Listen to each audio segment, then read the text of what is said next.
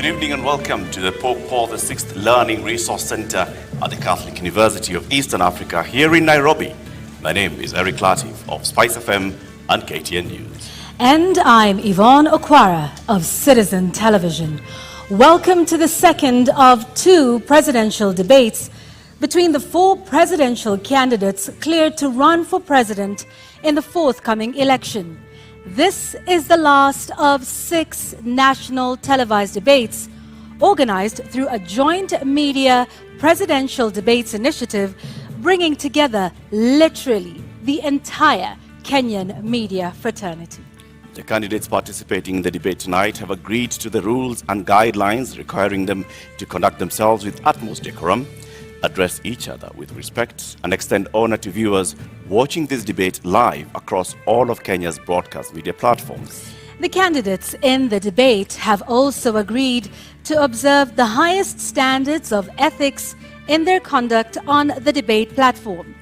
The candidates are not permitted to carry or refer to their mobile phones or to wear any listening devices, including earphones. Medically recommended hearing aids are exempt from this rule.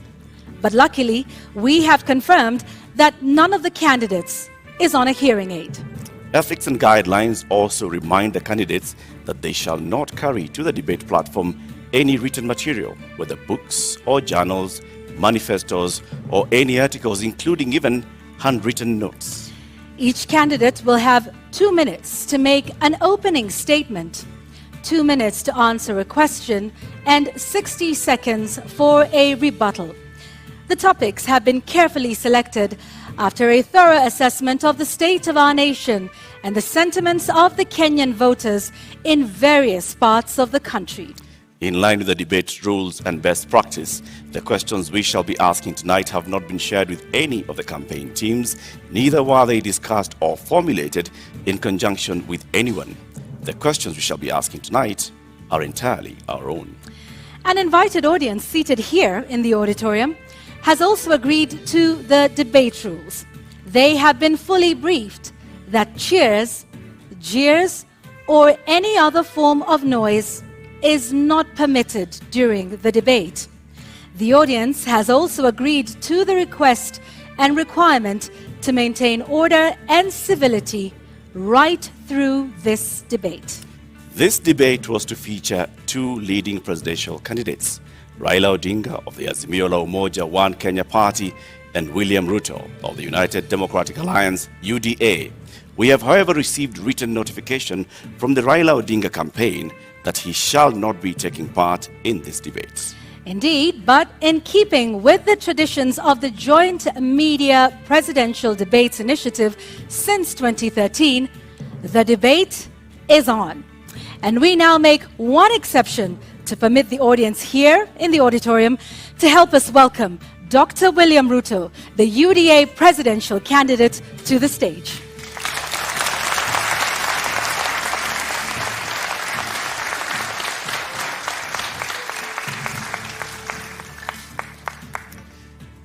Your Excellency Deputy President, Honorable Ruto, thank you very much for honoring Kenyans with this appearance.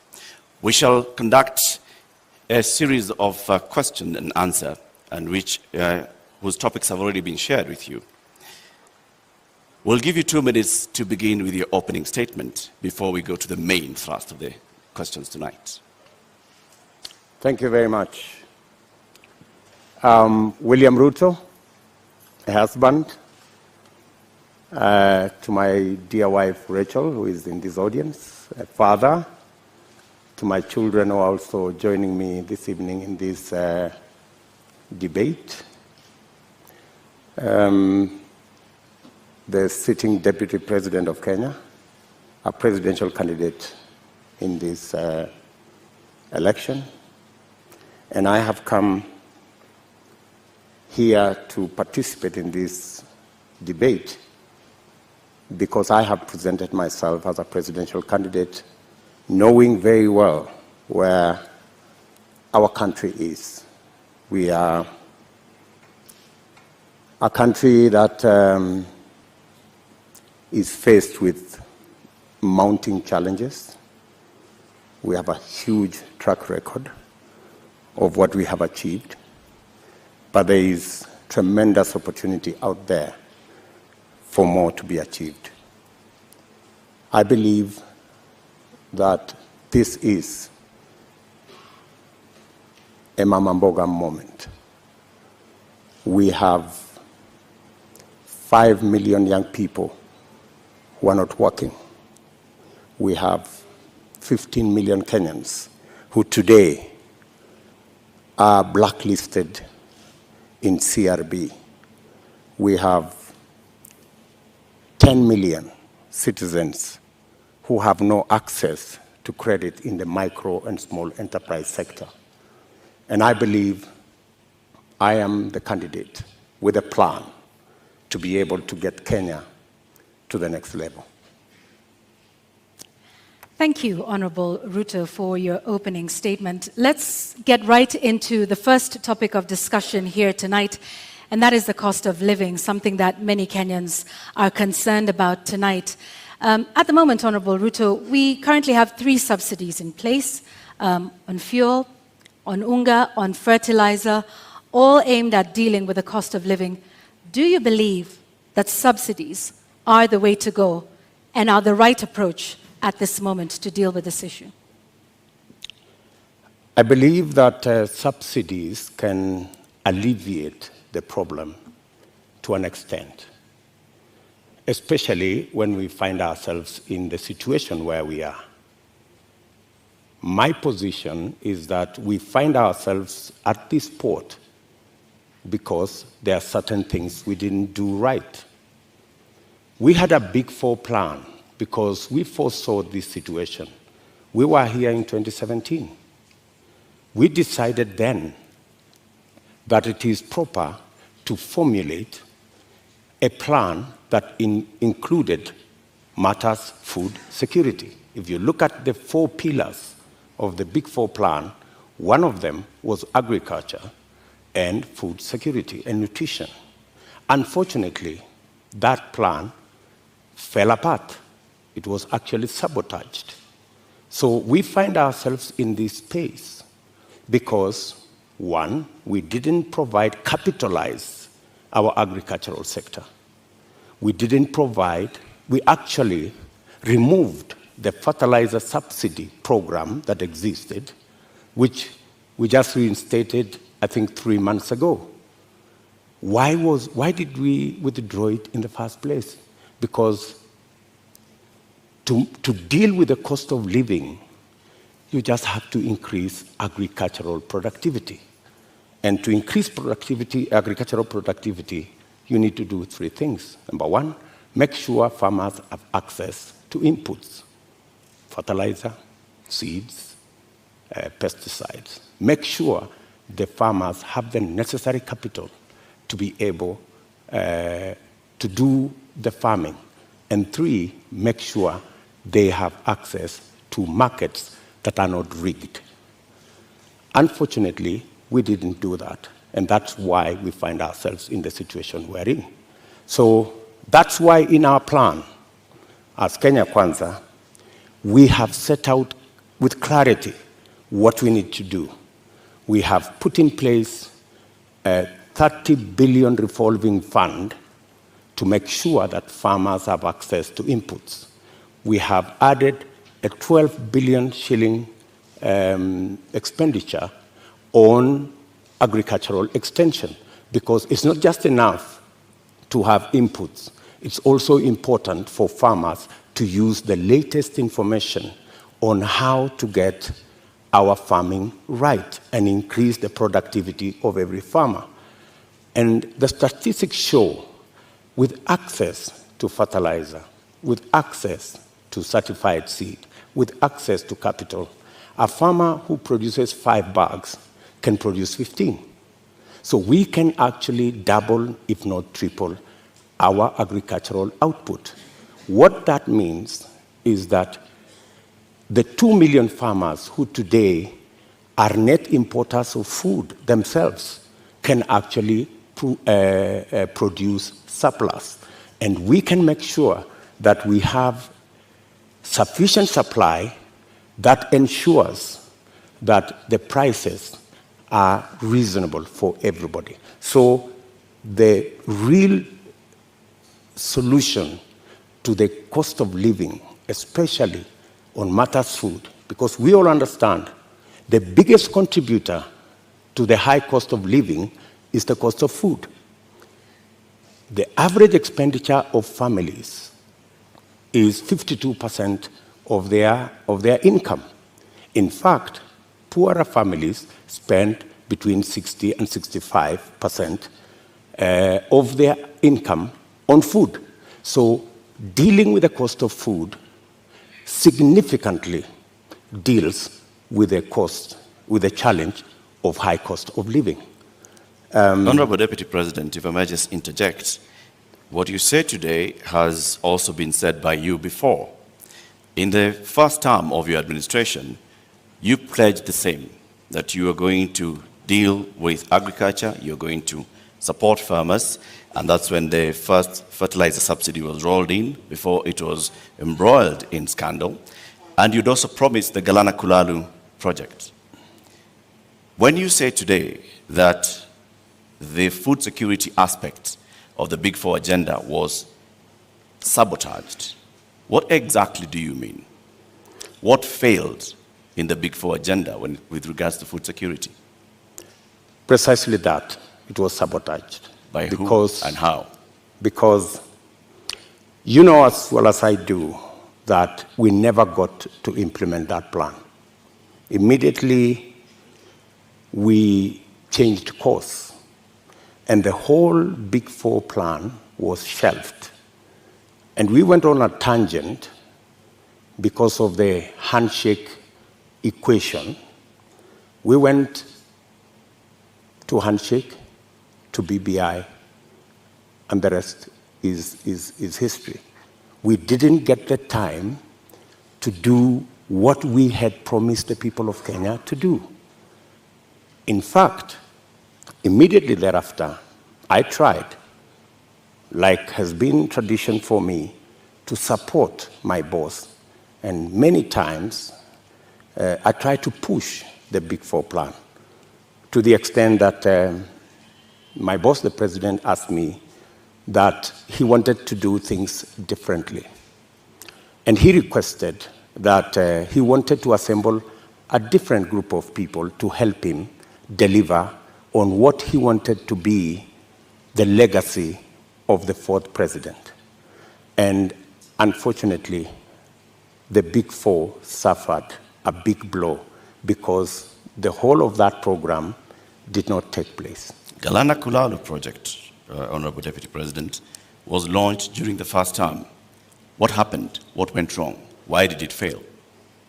The Galana Kulalu project was conceived. In fact, what happened is the first 10,000, the pilot on the first 10,000 program took place. In fact, the first harvest of maize in that program came into being. And the recommendations from the trial on that project was we needed to build a dam because the water from the river was not sufficient to do the Galana Kulalu project. We needed to scale up now and do the dam so that the water that was available, because the soils research and the trials showed that the soils could actually support the production of maize and other cereals.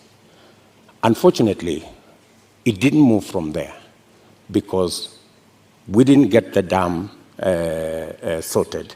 And you know that we had actually 57 dams that we would have wanted to do. Unfortunately, they didn't happen. They suffered. So why didn't you do the dams, Honorable Deputy President? And the former ambassador of Israel to Kenya also said that they were facing frustration in supporting the Kenyan government on this. Why did you not do the dams? Why did you not go ahead with the implementation of the Galana Kulalu project? The Galana Kulalu project, as I have told you, was part of a wider plan to make sure that we move our agricultural productivity from rain-fed to irrigation. And it was not just about Galana Gulalu, it was a series of other dams, including what we call the High Grand Fall dams that was supposed to feed into the lower part of the Tana. It was Lowat Dam in Turkana. It was Radat Dam in Baringo. There was a big plan around that was now supposed to roll into place with now our targeted, because our second term was targeted at agricultural productivity and food security. And we had now made it the deliverable for our second term. And as I have told you, our second term program ran into headwinds. Honorable Ruto, just to continue to understand Galana Kulalu, because that was a big project that, had it have succeeded, might have solved quite a few of the issues we have with respect to food security. The Auditor General conducted a report and cited weaknesses in the contracting of it. First, that there was single sourcing, and that even the manner in which the contract itself was done, in terms of payments that were tied to the contractor. And so raising a number of issues around the manner in which the contract itself was put together, that then states that this was something that was going to fail anyway. And so what's your response to that with respect to the manner in which contracting is done in this country, particularly with Galana Kulalu, which is a big project under the first term of the Jubilee administration, of which you are a part? I quite agree that issues were raised around the contract, and that is why the contract actually was shelved with a balance. It didn't go the full hog, because when those issues were identified, it led to the contract being stopped so that those issues could be addressed. But by the time it was getting there, already the trials had been done, the pivots had been set up, the first crop had been harvested, and we already had the template on what actually needed to be done, because the contract, the initial contract, was for the first 10,000 acres. The real contract was for the 1 million acres, which was really the target for food production.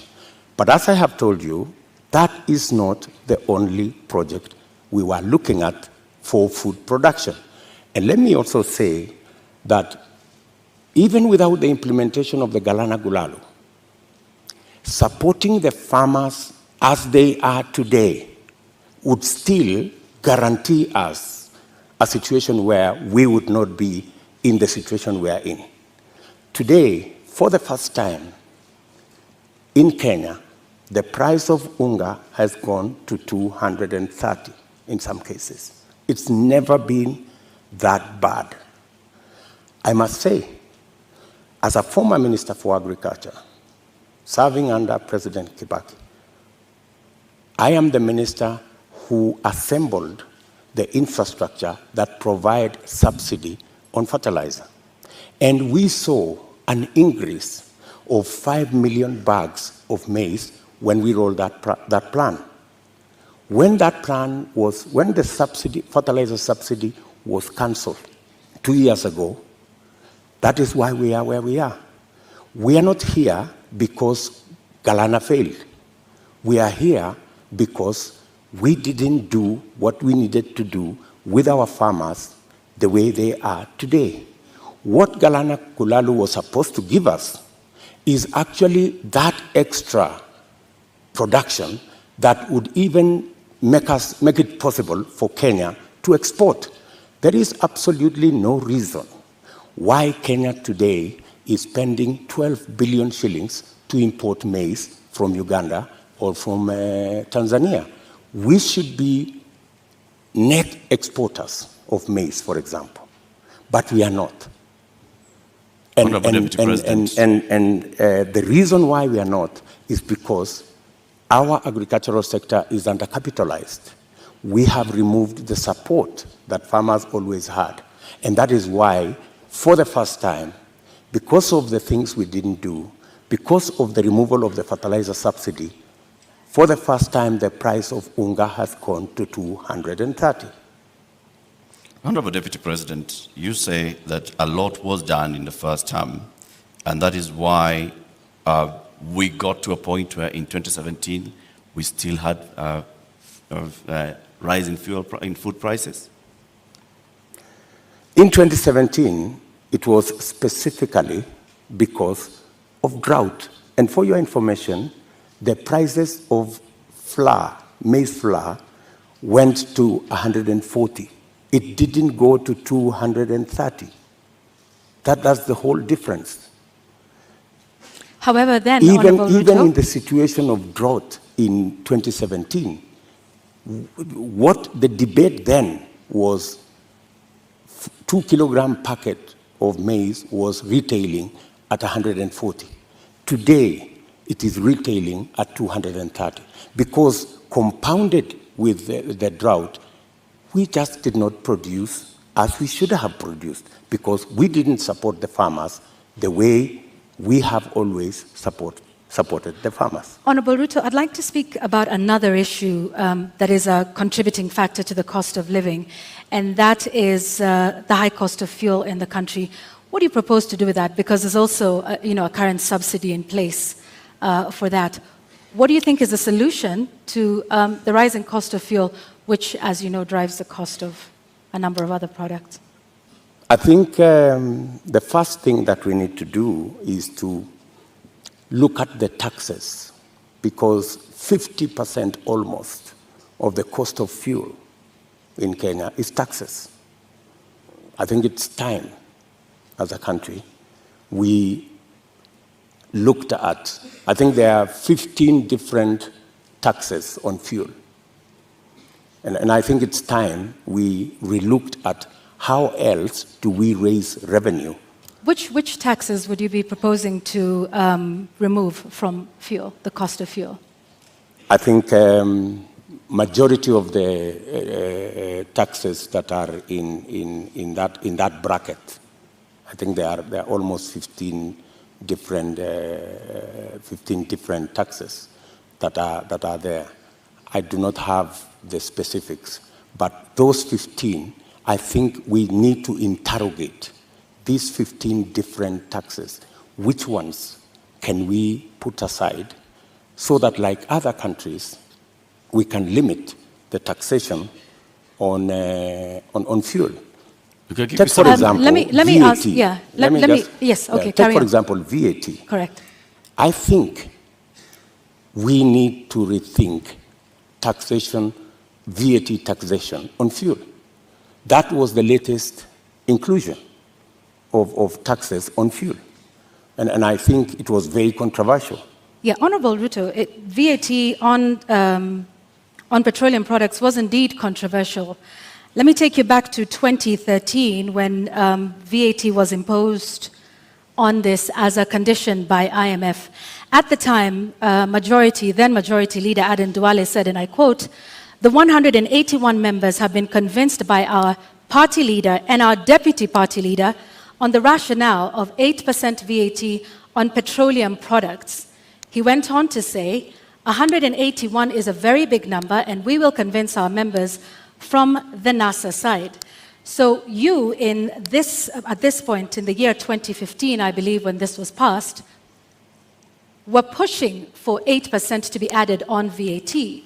Today, you are saying you want to abolish VAT on petroleum products. Why should Kenyans believe you today? Why wouldn't they? I mean, we live in a dynamic country, and it's only fools who don't change their mind. If you are in a situation where the price of fuel has gone to 160, I mean, it's time to think. I mean, when this VAT was imposed, then the price of fuel was under 100. Honorable Ruto, when the VAT was imposed, It was at the time a condition by IMF when we were seeking a precautionary facility. Today we find ourselves in the exact same position with a third tranche of an IMF facility, and once again they are calling for the same issue that we are facing with VAT then is the same one we are facing now. And at the point, IMF has in fact said that we do not need to be removing taxes on petroleum products. So with an IMF facility already in place, are you then saying you are going to go back to the IMF and renegotiate the terms of that loan that is already in place regarding IMF VAT on fuel products? What's wrong with negotiating with IMF? I think any reasonable government, looking at the situation where we are, looking at the cost of living, and how many Kenyans are every day sinking below the poverty line, I think it takes a courageous government to sit down with our development partners, and they are fairly reasonable people, and have a discussion. And I think they are, if not 8%, we need to renegotiate on some of the items that are outstanding. And apart from looking at that, there are other instruments that we can deploy. For example, we have the fuel subsidy fund. We need to think about how that fund is being used, how we are deploying it. Are we deploying it correctly? Is it giving us value? And what changes can be made? We need an open and frank conversation with our development partners who support us. And to the best of my knowledge, they are not unreasonable. They are reasonable people, and they can entertain a conversation on negotiating some of the terms that have been offered to us. Honorable Ruto, I think that will take us into our second conversation tonight, and that is on the issue of national debt. And I'd like to pick up just where you left off. You say our partners are open to renegotiation. However, on the matter of renegotiating our debt, Honorable Ruto, you just last week in an interview with the international press said you will not be entertaining discussions around renegotiating our debt. In fact, with respect to your competitor who is not here with us today, when he brought up the issue, you in fact called his statement on that condescending and reckless. Mr. Deputy President, are you tonight changing your position and saying you will renegotiate and seek to restructure our debt? Not at all. I still believe, as I stand here, that it is reckless for anybody to say we cannot pay our debts. I believe that we have what it takes to pay our debts. And mark you, what we were discussing about VAT is very different from negotiating our debts. But it is tied to the IMF facility, which is a loan.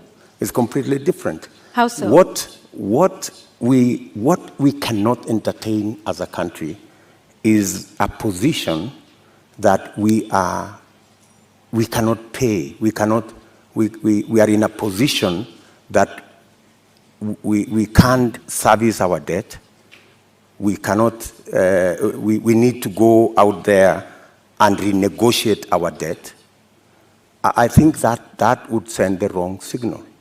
What I would do on matters to do with the debt, we have a plan as Kenya Kwanza on how to manage debt. Number one, we have said we will first slow down, put the brakes on borrowing. Number two, we will put brakes on unbudgeted projects. In fact, that is the biggest source of our problem. Projects that are not within the budget, so that we cannot keep our fiscal deficit at what we have committed, 5% or 5.9%. Number three, we need to raise our revenues. And I have said openly that we have areas that we believe that we can raise our revenue. For example, we collect 52% of all collectible VAT. just by automation and computerization, we can actually raise 95% of all collectible VAT. That would give us an extra 450 billion Kenya shillings. And added on to that, if you raise that kind of VAT, you can equally raise from corporate tax an additional 200, maybe 150 billion shillings. So there is room to raise additional funding, additional revenue for us to manage our debt without necessarily going to say we're going to negotiate our debt. So I hear you saying that our national debt as it stands today is manageable. Our debt today is a challenge. We need to deal with it. We are not sitting pretty. We are living, if I may say, we are living beyond our means. And that is why I am saying that we should stop this borrowing spree. Let me give you, in our first term, we borrowed 2.2 trillion. From 2017, our handshake brothers have borrowed 4.2 trillion. That's what's the source of concern. And it's not a source of concern to me. It's a source of concern to Kenyans as well. And it's even a source of concern to our development partners. They are beginning to raise issues about our debt. And more so, the trajectory of continued borrowing. So that's why I'm saying our administration will first slow down on borrowing, remove unbudgeted projects, because that's the biggest incentive, and then go back to raising our own revenue. Do you have figures that you are targeting? When you say remove unbudgeted projects, how much are we talking about? When you say slow down on borrowing, from what amount to what amount are you talking about? When you look at our fiscal deficit, right, there are too many projects that are not that are not budgeted for. For example, the Uhuru Gardens Museum. You don't see it anywhere in government budgets, but it's been built. So these are the kind of projects. Do you know how much? That, for example, we've spent close to 15 billion in that project. In the last financial year, Honorable Deputy President, yes. Do you know how much of unbudgeted projects we spent? Actually, unbudgeted projects are in the region of 100 billion. Unbudgeted projects. And that is what is spiraling our borrowing. And I'm saying that our first, and that's why, if you go today to the website of the Ministry of Finance, you will hardly find any paperwork there. You will hardly find any, because there are too many projects that cannot be accounted for, that are being done without a budget line. If you look at the expenditure on contingency fund, which is supposed to spend only up to 5% of the budget, sometimes it goes to 50% of the budget. So that is where we need to apply the brakes. And we are saying clearly, we not only have a plan on slowing down on borrowing, we also have a plan on raising revenue in targeted areas. Areas that would give us much more resources to run our budget, number one, and two, to also manage our repayment. And in that particular instance, you may want to know that almost 80% of all our borrowing is actually domestic, which means we are also hurting our own enterprises locally. Access to credit becomes a big challenge. We must think of how We must slow down on borrowing locally and see how we can externalize government borrowing. And it doesn't have to be borrowing.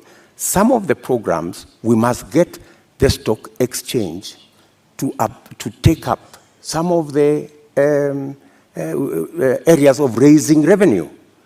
The stock exchange is a wonderful instrument. We saw it when we were selling the shares of Safaricom. Safaricom was looking for 50 billion. They got 250 billion. It tells you there is a lot of money out there. If we used different instruments, how do we use the different instruments of raising capital for long-term investment using the instruments we have, revenue, and using the stock exchange? So these are avenues that are available for us to be able to take our development forward and minimize on borrowing. Honorable Ruto, while we stay on the issue of national debt for a moment, for decades, the Treasury has refused to make public contracts that have been signed with some of our lenders like the Exim Bank of China or the China Development Bank. You've been part of a government that has refused to make this information public. Why? Those contracts and agreements, in accordance with the Constitution, are public documents. And the public have a right to know and to have access to that information. The fact that that information is not being made public is against the Constitution. So, under but yet, the Kenya Mr. Deputy Kwanza President, administration, you have not. This is something that you could do. You are the Deputy President of this republic. Is this not something you could do or make happen? When you are Deputy President, I'm sorry you've not been one, you would understand. You would understand to what extent you can do things. And let me give you an example. Many people did not see the mettle of Mwai Kibaki until he was president. When he became president, he made a sterling job of being president. All along, everybody thought he was a lackluster performer. I am undertaking to the people of Kenya that given a chance to be president, things will be different in Kenya. So let me ask this just one more time. You are the sitting deputy president of this. You say this should have happened constitutionally, but it did not. Was this not something that came up in cabinet meetings?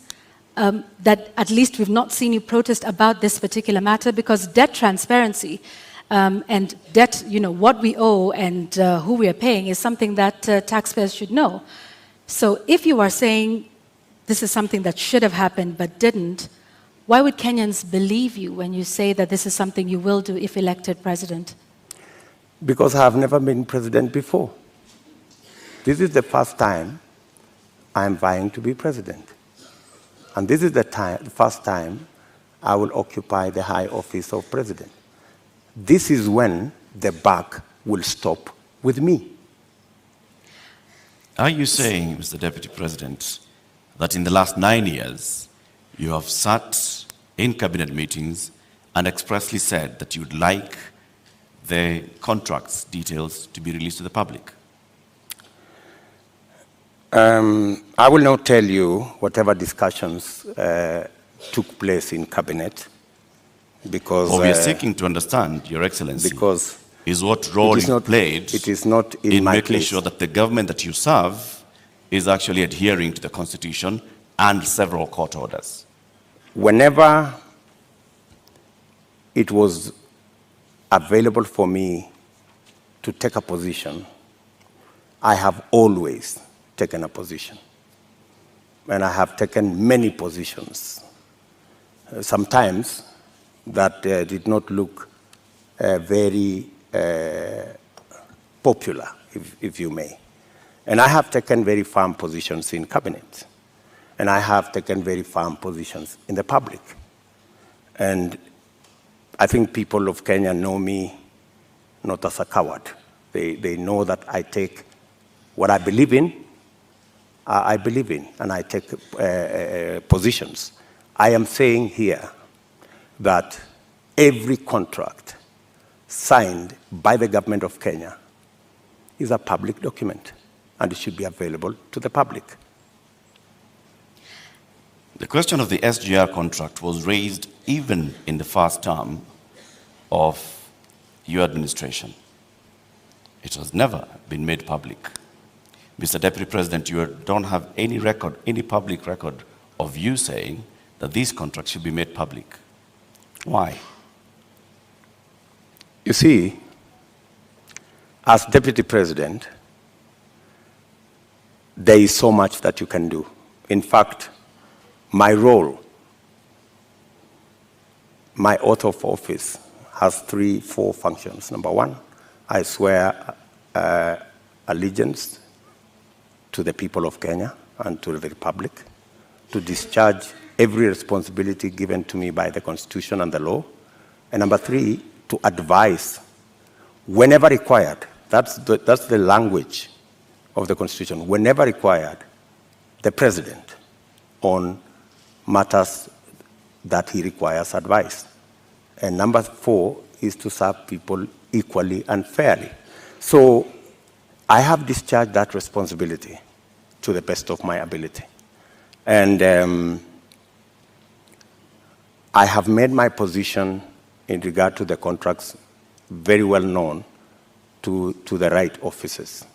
It is not a matter I would have wanted to take it in public for purposes of making sure that government is functional. All right, I have just one last question on this before we move to our next topic of discussion, because you've informed us about, from what I understand, and you can correct me, Honorable Ruto, about the limited sort of powers of the Deputy President. Is that what you're saying in respect to making these contracts public?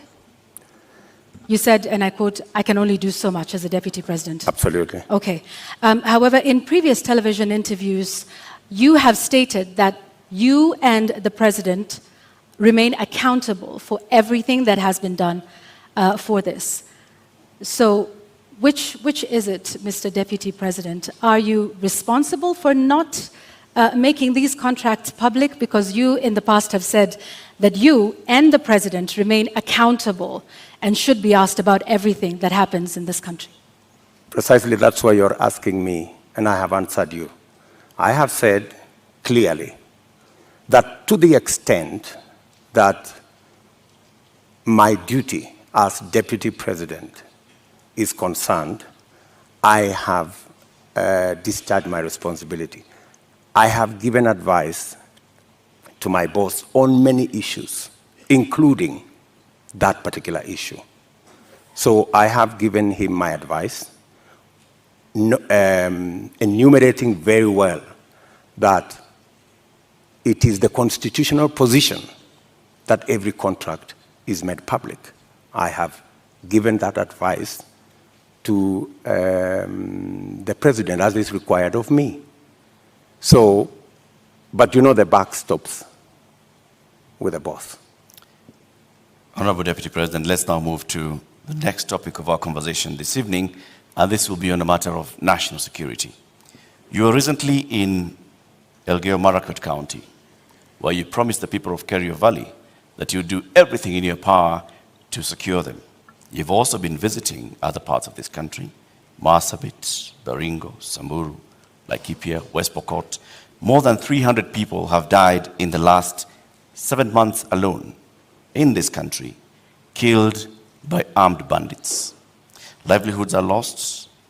Children have not gone to school. Children have been killed. Kerio Valley residents have even petitioned the UN Secretary General, saying that their government has failed to provide them with security. In your manifesto, you say that security is a cornerstone of protecting people's livelihoods. Why has the government of Kenya, in which you've served as an assistant minister, as a minister, as a deputy president, been unable to secure the people of these counties? I quite agree with the feeling of many Kenyans. In fact, it's yesterday. It's not even last week. It's yesterday. I was in Elgeyo Marakwet, and one of the leaders there told us we have buried 114 people in that neighborhood. So it is indeed a live and serious matter. You have seen me in when we came into office in 2016. I called all the leaders from Baringo, Elgeyo Marakwet, Pokot, Samburu, and we had a serious leaders meeting in my office in Karen. And because of that meeting, for about 3 years, we went round, we mobilized all the governors, and we provided National Police Reserve in all those areas. And the situation was under control. But when we came into the handshake arrangement, a false narrative, very unfortunate false narrative, was rolled out that, all these National Police reservists in Elgeyo Marakwet, in Baringo, in West Pokot, were actually a militia that William Ruto would use at some point. And all the National Police Reserve were withdrawn. A very reckless act. And with the withdrawal of the National Police Reserve, the situation went south. And that is why I was saying yesterday in Elgeyo Marakwet that we will do whatever it takes. And today, there is a program to build security outposts. And I'm saying, whatever it takes, even if it means bringing the military and military installations to support the police in some of these areas. In fact, you just reminded me, yesterday I overflew a huge tract of land where 3 years ago I was standing there and it was all maize. Yesterday, they haven't planted there for the last 3 years because of insecurity. So insecurity is not only causing our children not to be in school, it is causing starvation, it is causing death.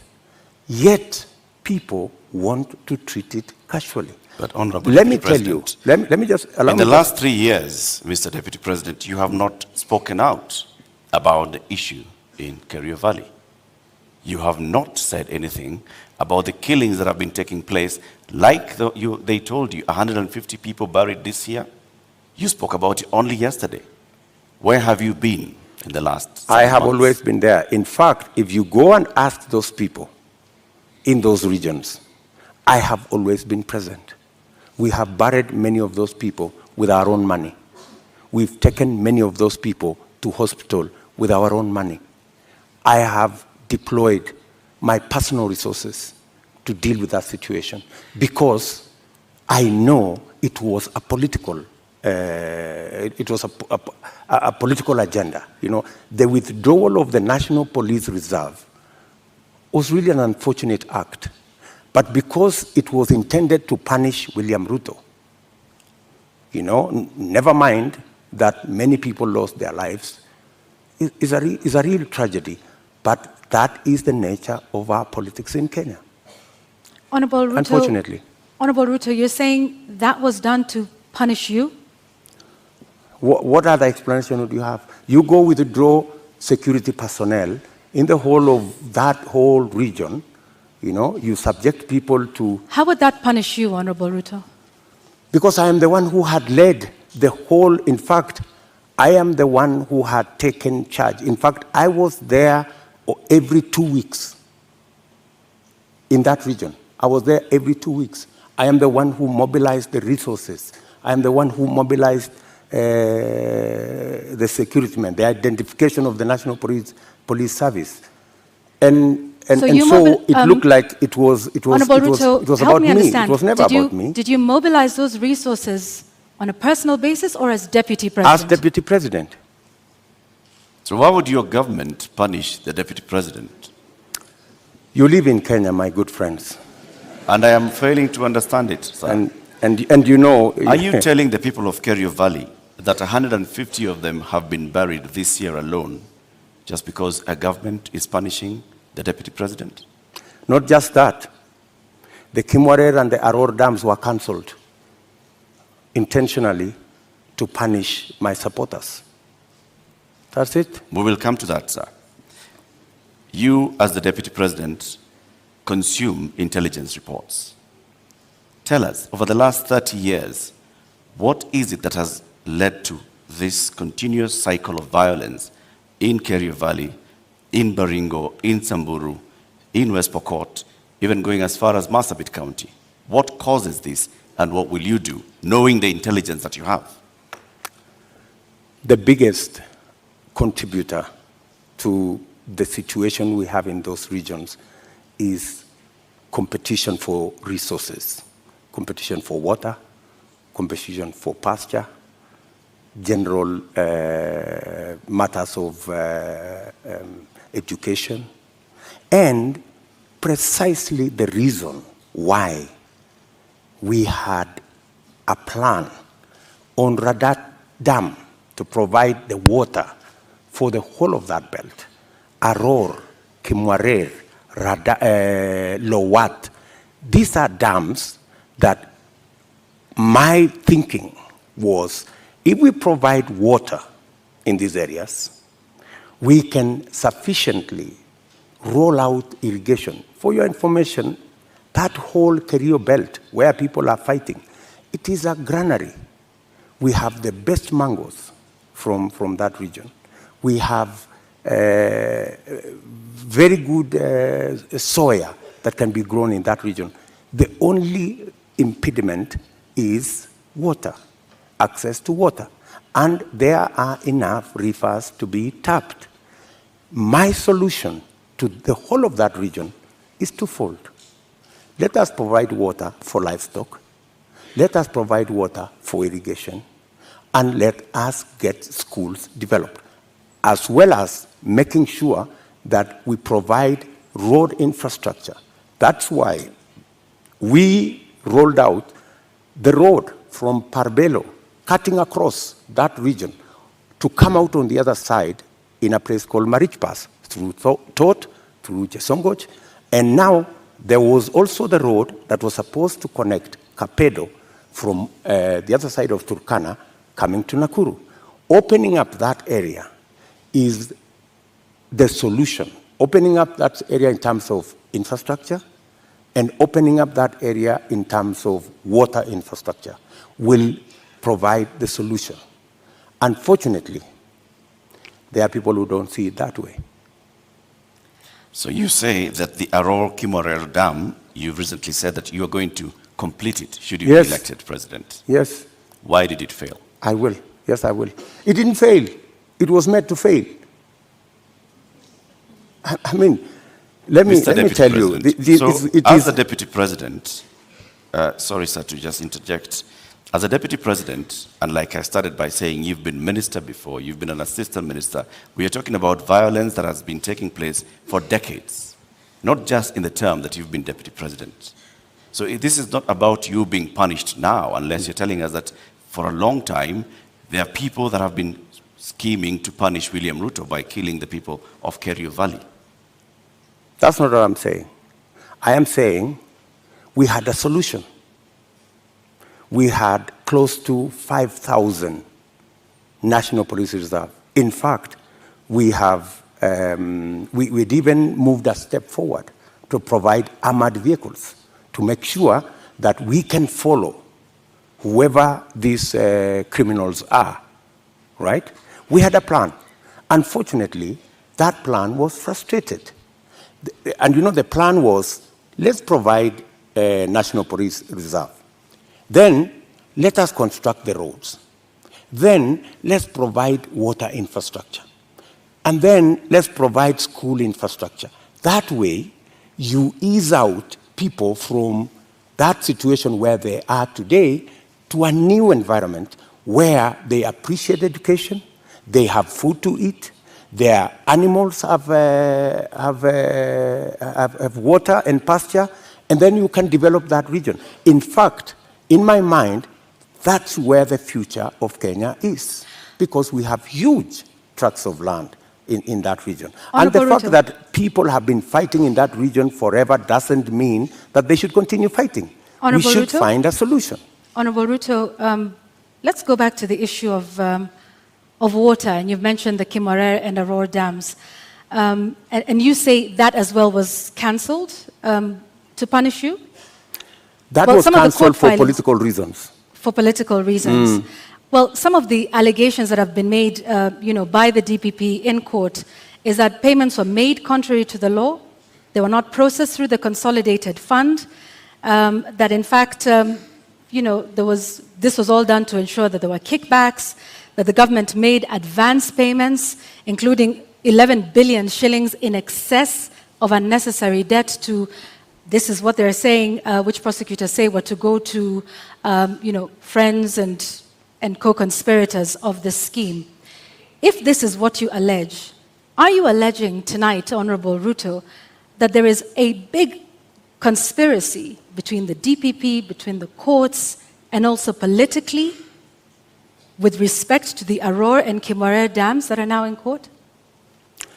For your information, Aurora and Kimwarer was signed at the same time with other government projects, signed by the same companies, funded by the same financiers, and they were signed not with me, witnessed by the President of Kenya. So these are not projects that were cooked at night or in some dark corner, right? How come that the only projects that did not go through is Aurora and Kimwarer? All the others went through. That's number one. Number two, today, the government of Kenya is in court because the contractor, with all those allegations that have been made, the contractor has gone to court to demand payment of another 12 billion shillings. I mean, that should concern everybody. There are also suspects in court, Honorable Ruto. Pardon? There are also local suspects in court over the matter. Forget about the court matter here. The contractors are in court in London, and the government of Kenya is already replying to the case in court. And they cannot afford to make it public because it's embarrassing. Why did the contractor not continue with the project? Because he was denied the land where to set up the dam. And that was an undertaking by the government of Kenya, that we're giving you a contract, we're going to give you land, we're going to give you this infrastructure for you to carry out, for you to build the dam. And the reason given then was that, the dam was going to be in a forest. How many dams are in the forest? We have Yamo Dam. We have Yamo Dam in the forest. We have many other dams in the forest. So, I think we have to be honest with ourselves, and that's why I am looking forward to the day somebody will step forward and actually tell the country how will the government of Kenya lose 20 billion shillings that was supposed to build Aurora and Kimwarer, and yet there is nothing on the ground. What was this? What was this sinister motive? Do you believe money was lost? I don't believe any money was lost. And even if money was lost, people should be taken to court. But you said around 2019 that it was 7 billion shillings that was lost. No, and not I the didn't say that. 21 that was being alleged by the DPP. I didn't say that. Check my statement.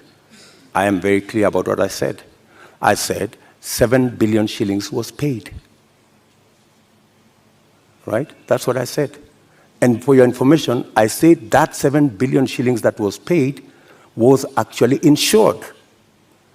The reason we should be asking is, why hasn't the person, the company who insured that money, why haven't they been asked to pay? Because the company that insured that 7 billion is a well-connected company. That's why the demand letter has not been put to them.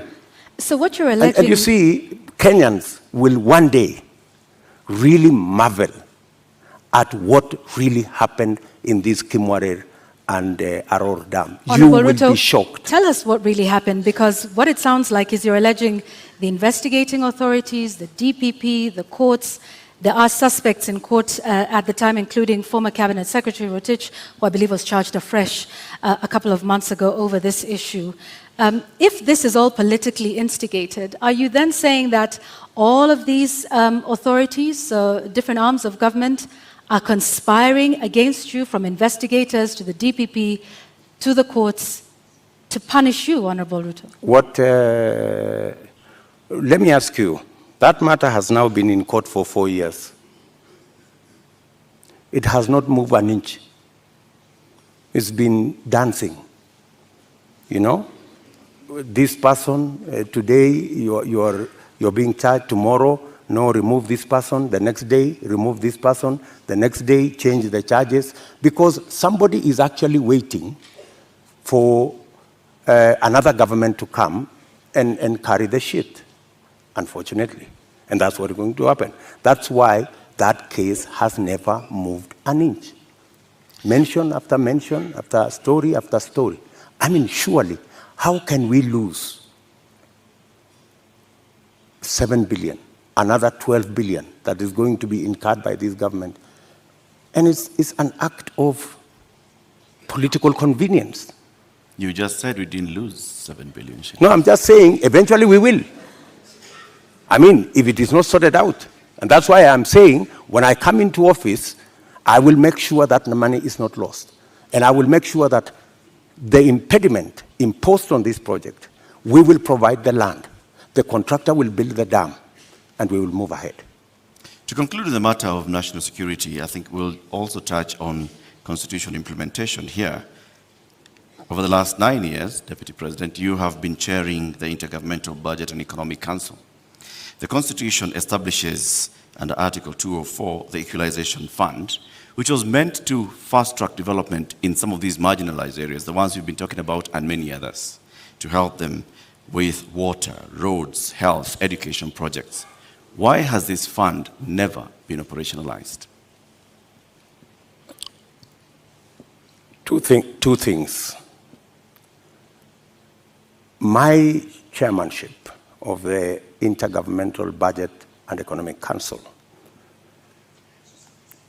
extends to a limit.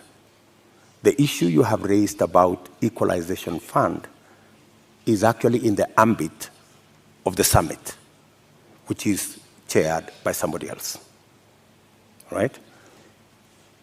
As chairman of the Intergovernmental Economic and Budget Council, in fact, governors listening to me today, they know that we did a perfect job, especially when it came to transfer of functions, a function that was supposed to take 3 years. We made sure that we worked day and night because we wanted to get devolution rooted and moving. We completed that exercise in a record 1 year instead of 3 years. We have since worked with county governments, and many of the governors will tell you that I have provided leadership as chair of the council on every matter, whether it was grants, whether it was matters to do with conditional grants, whether it was making sure that there is a balance between what goes to national government and what goes to county governments. The whole of that trajectory, whether the issues to do with settling matters with the former local government authorities, assets, liabilities, I have been working on that with many governors, and we have made tremendous progress, including the final one that we concluded the other day, where counties now, as entities, can borrow money. As entities, like Kipia County is the first that is going to have the leverage to borrow money. So I have a track record on what I have done. Thank you, Mr. Chairman of IBEC. Now let me ask the question to the Deputy President. Why has the Equalization Fund never been operationalized 12 years after the promulgation of the Constitution? The Equalization 20-year Fund, window. as Deputy President I can answer, the Equalization Fund, halfway through, there was a big argument between who will implement this Equalization Fund, because it was under the national government. The counties argued that because there are 14 listed counties to benefit from this fund, why don't we give this money to the counties? Then there was a problem of trying to get the regulations on how this fund would work out. And it dragged on the contestation as to, and some projects were implemented, some water projects were implemented, some road projects were implemented. But the argument continues to be who should. At some point, the law was actually changed to include counties beyond the 14. And that became another big argument. And I accept that we should have done better on the Equalization Fund. And that is why I have made a commitment in our manifesto that that Equalization Fund, whatever the balance of the time that is left, we will make sure that we devolve it to counties. In my belief, the counties are better placed to run that fund than the national government. Thank you, Honorable Ruto. I'd like us to move to the next topic of discussion here tonight, and that is constitution and governance. 13 years since the adoption of the Constitution of Kenya 2010, citizens continue to complain about non-effective implementation and a weak culture of constitutionalism. Honorable Ruto, which part of the Constitution of Kenya do you think has not been implemented with fidelity, and why? I think we should sort out the two-third gender rule. I think we owe it to the people of Kenya, and especially to the women of Kenya, that this part of the Constitution is implemented. I believe that we need to sort out certain matters to do with devolution, like the one I have said, the Equalization Fund. I think it was wrongly put under national government. It should go to the counties. I also believe that there are functions that should not have been made contingent or shared functions between the national government and the county government. Regional authorities, for example. Those are functions that we should either agree to be managed by counties jointly or to be subsumed into county governments. If it is Kerio Valley, how do we split it so that the counties in the Kerio Valley we have a Kerio Valley Development Authority. Should that be managed by the national government? I don't think so. I think it should be managed by the counties in the Kerio Valley. So these are some of the functions that I think we need to clarify. We need to complete the implementation of the Constitution. I have raised, for example, the matter of the Judiciary Fund. I think we have wasted too much time in implementing the Judiciary Fund. After I pushed so hard, this year, 1st of July, the Judiciary Fund was operationalized because I have been talking about it for the last year and a half.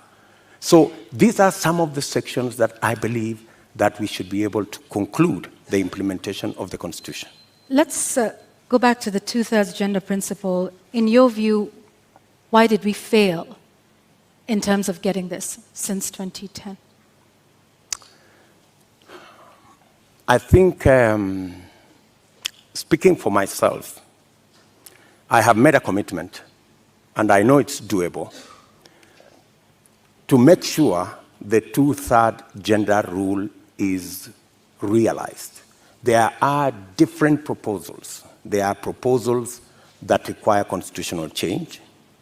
There are some that do not require constitutional change. And I have assembled a team of very competent constitutional lawyers to look at how we can have a framework in 90 days of our government, and within 1 year, make sure it is implemented. And it's not necessarily for purposes of the women of Kenya. It is for the benefit of everybody. The fact that we do not have as many women leaders is actually a negative for us. There is something we are losing. The women leadership component that is not in our arithmetic is actually taking away from us. I believe that having women leaders would actually enrich our governance and our leadership as a nation. And that's why, for example, when these matters came up in the BBI discussion, I vehemently opposed the fact that women were being removed from the National Assembly, where the substantive financial issues are being decided, and they were being relegated to the Senate.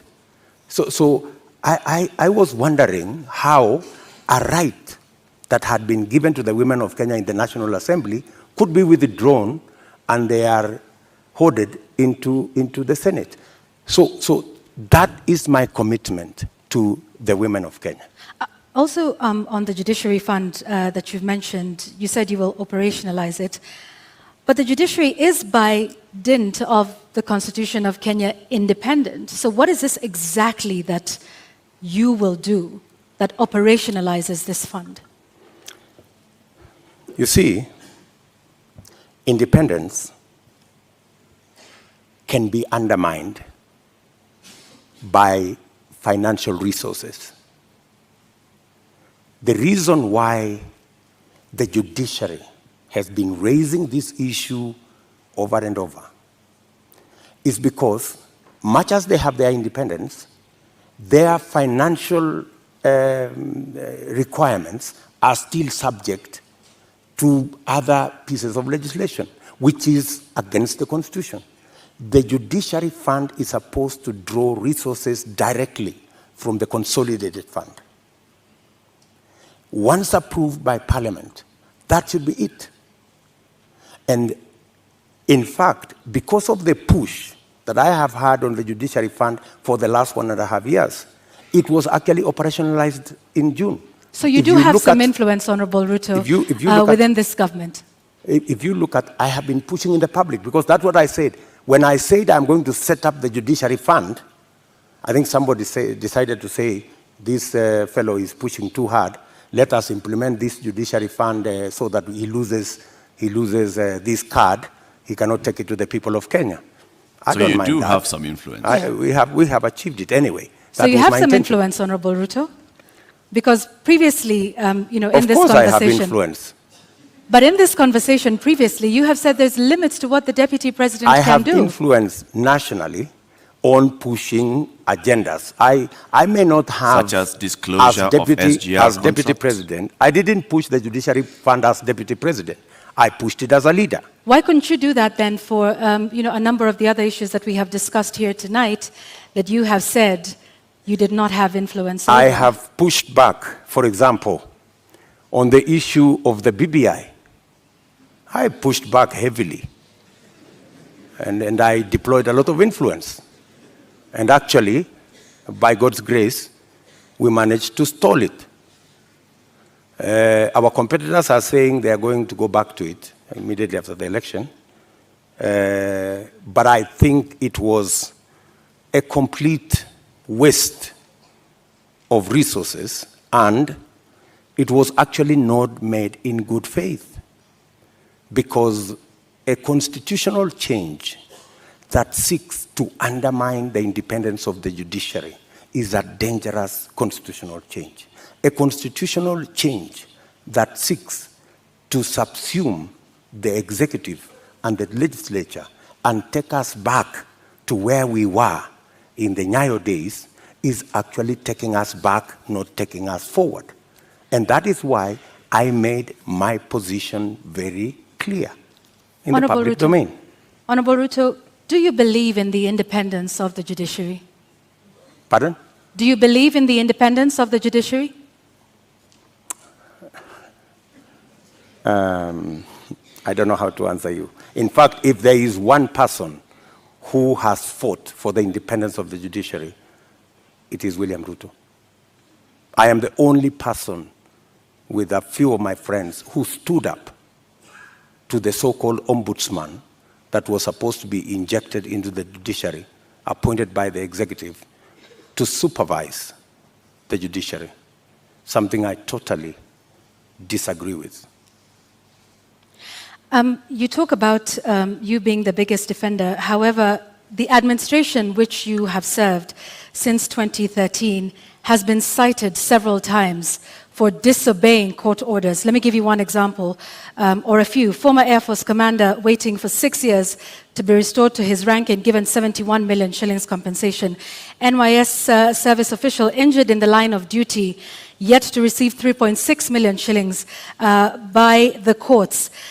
There is a number of those, including the matter involving the swearing in of judges.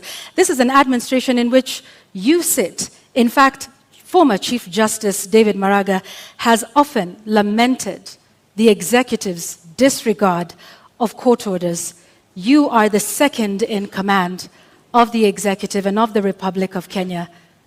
What are your thoughts then around the independence of the judiciary, and why have there been so many court orders disobeyed under your watch as Deputy President?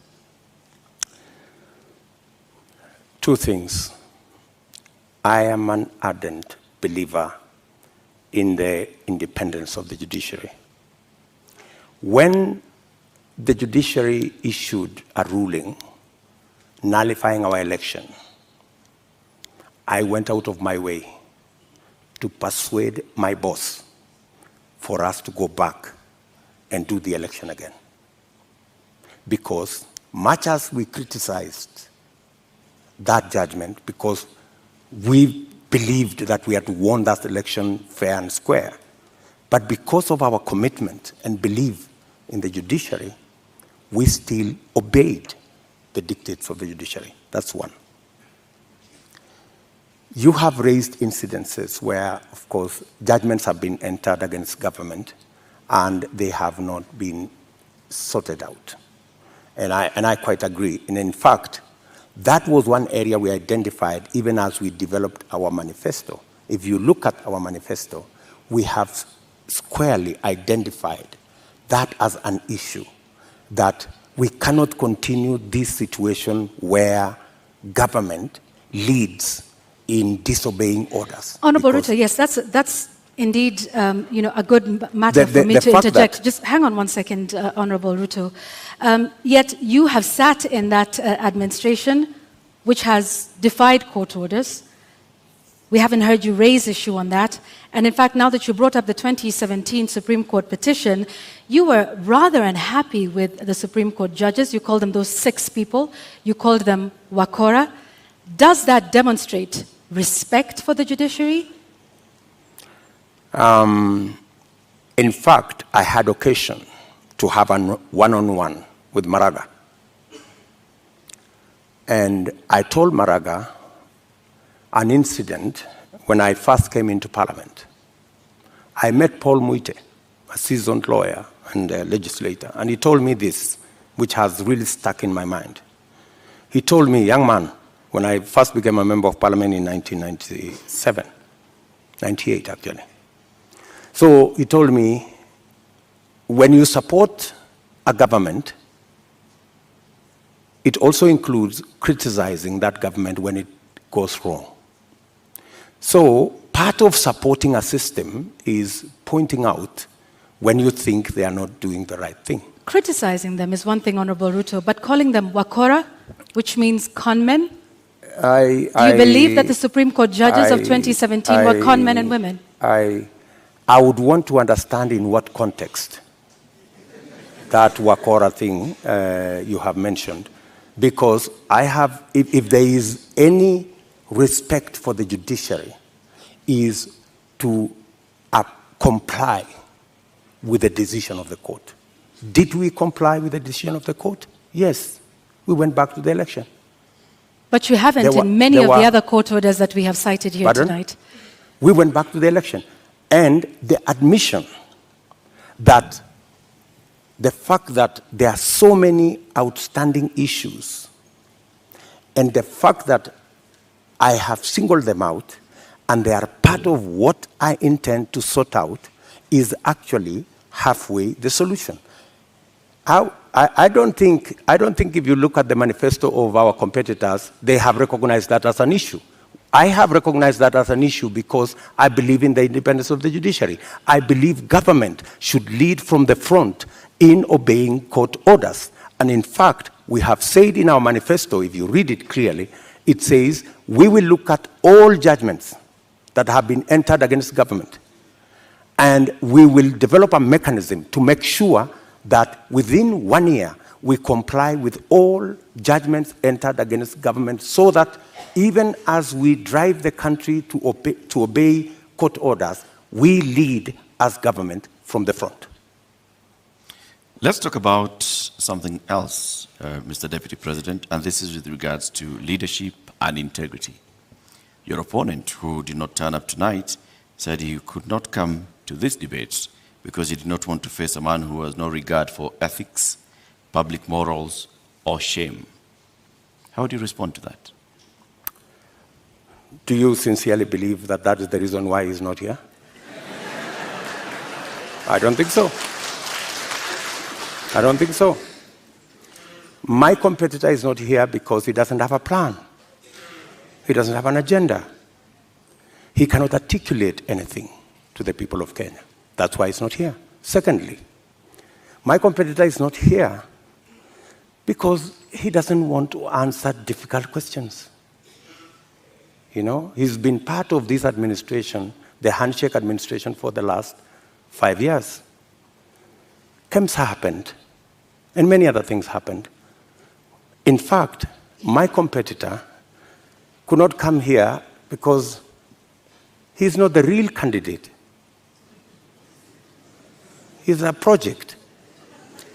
At this moment, Honorable Ruto, just one moment, just to remind our members of the audience that they agreed to abide by the rules of the debate, and that involves no cheers, no jeers, no noise. Honorable Ruto, I'm sorry I interrupted you. Please carry on. Sorry. So, I mean, that's the reason. So these are just scapegoats. You know, he's dodging difficult questions. He doesn't want to answer. His allies, the handshake allies, Mr. Deputy President, there are expectations that are laid out in the Constitution and in law with regards to the character and the values that a leader should have. Do you think when you go out in public campaigns and you use terms to describe your fellow leaders, that demonstrates you as somebody with great values, fit for leadership? I have tremendous respect for all Kenyans and all Kenyan leaders. I have not in any way undermined the public standing of any leader or any person or any Kenyan for that matter. I have not called anybody washenzi. I have not called anybody takataka. I'm just a... Kitendawili? Huh? Kitendawili? I mean, is kitendawili an insult? Uganga? Huh?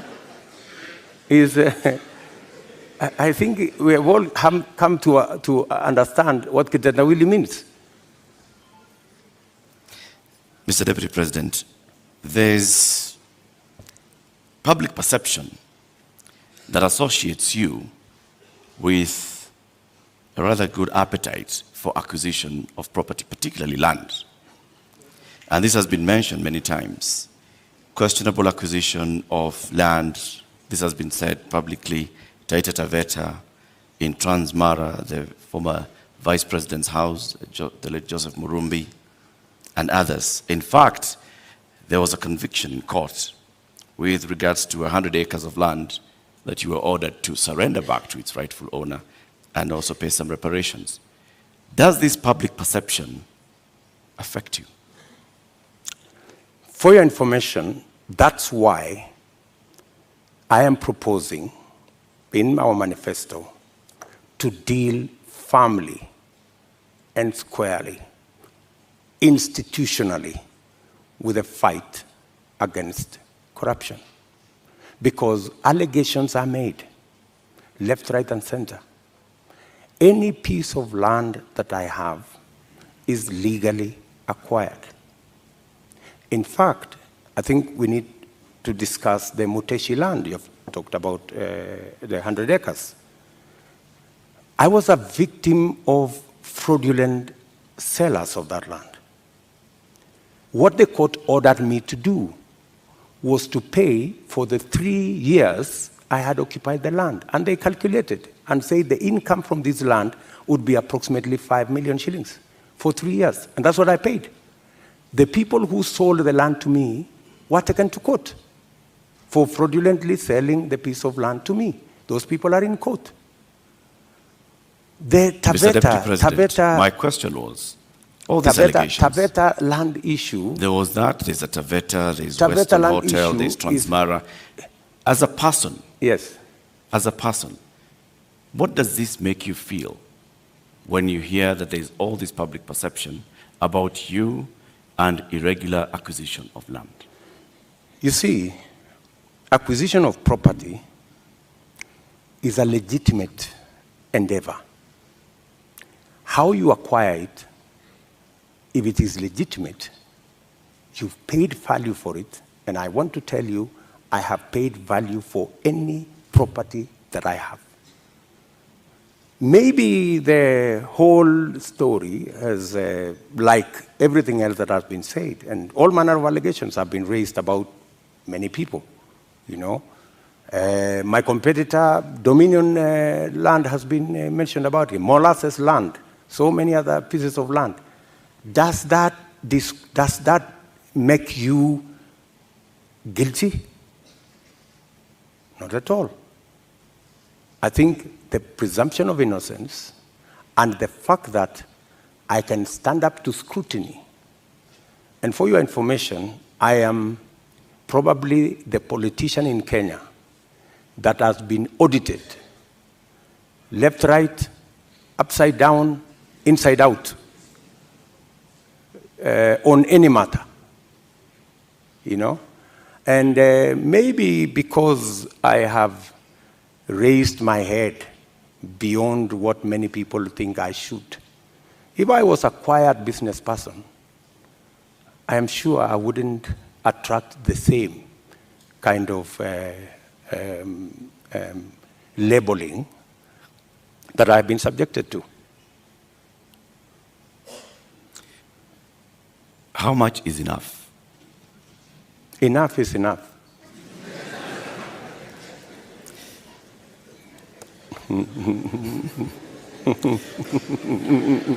Mr. Deputy President.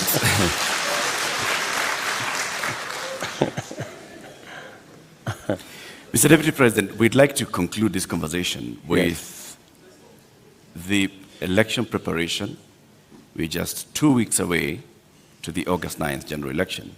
You've previously said that, yes, you are willing and ready to accept the outcome of the election. Are there any circumstances under which you will not accept the outcome of the election? For a minute. Accepting the outcome of the election includes going to court if you have an issue with the results. That's accepting the outcome of the election. Okay, You say my competitor has won. I have a doubt, and I will go to court. Why I made that deliberate statement is because we have had a situation in Kenya where every other election we foment a crisis around refusing to accept the outcome of election. And it has cost us lives, property, and many other things. And I needed to be on record, and which I am, that I will accept the outcome of this election. I know that the people of Kenya will make a choice. If it is me, I will prepare to govern the country on day one. If it is not me, I will accept that my competitor has won. If I have any issue, I will go to court and accept the outcome of the court. Honorable Ruto, we've come to the end of this conversation tonight. We would like to give you 2 minutes to give us your closing statement tonight. I think it is very important for us to look at this election against what is the competition.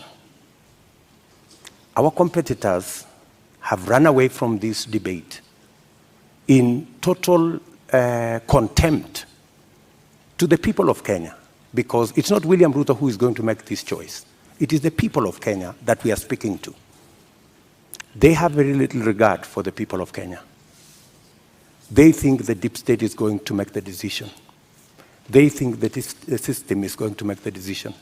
I want to tell the people of Kenya tonight that they are the ones who will make the decision on the 9th of August.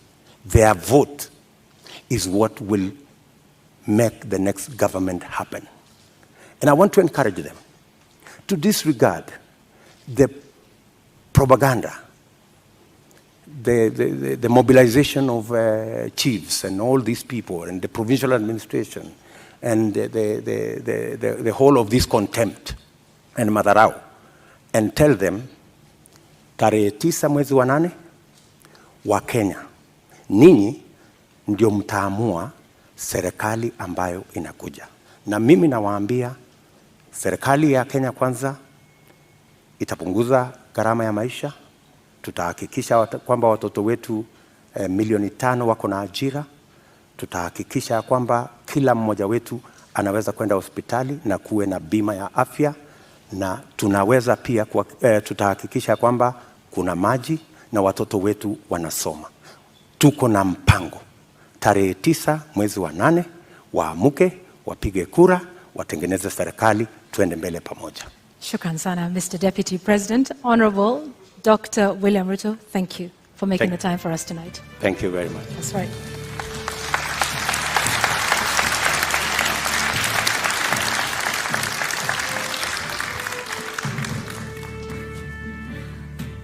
Well, ladies and gentlemen, and the viewers here in the audience, following this at home, and of course those here as well, we have to end it here for now. Our appreciation to Dr. William Ruto of the United Democratic Alliance for honoring voters with this duty to a public televised national debate. We thank you again. And indeed, that marks the end of the 2022 Joint Media Presidential Debate Series. The next presidential debate shall come to you without fail, and inshallah, in July 2027, at a date to be announced by the Joint Media Presidential Debate Secretariat. We thank you for watching. My name is Eric Latif of Spice FM and KTN News. And I'm Yvonne Okwara of Citizen Television. Good night.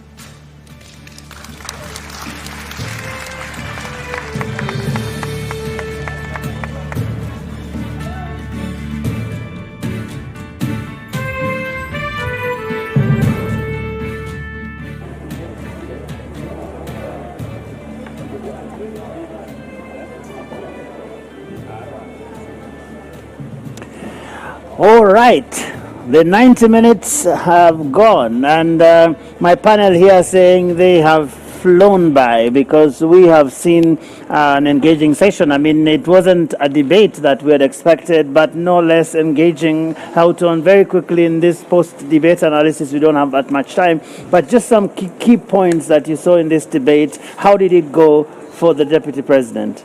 Well, I think first of all we have to, thank the Deputy President for coming. I think it was an important national moment. I think I agree with him. The people will decide at the polls, and that is the nature of our democratic process. I think, again, we are trapped in a debate that tries to distance everybody from the Jubilee administration when, to be honest, I don't think there were fundamental differences between the Deputy President and the President on many issues. If I had the time, I would go through this. I think the displacement happened with the handshake, and therefore it is much more of a political dynamic rather than a policy dynamic. And lastly, I think... all right, the Irungu syndrome. The Deputy President is coming out, and so we have to... Yes, okay, let's go to Ken Murithi and just see. We didn't quite get to down to the real manifesto issues. I would have hoped that my competitor would have been here so that Kenyans can have the benefit of looking at both sides. Unfortunately, and it is understandable, that there is only one plan in this election, the Kenya Kwanza plan. The other side have sketches, and that's why they are not here. We are the only side that has a plan on fighting corruption, conflict of interest, state capture. The other side are actually hostages. And in fact, they are sponsored by the people who are actually culprits of conflict of interest. And that's why they're not here, because they do not want to offend their benefactors. Unfortunately for all of us,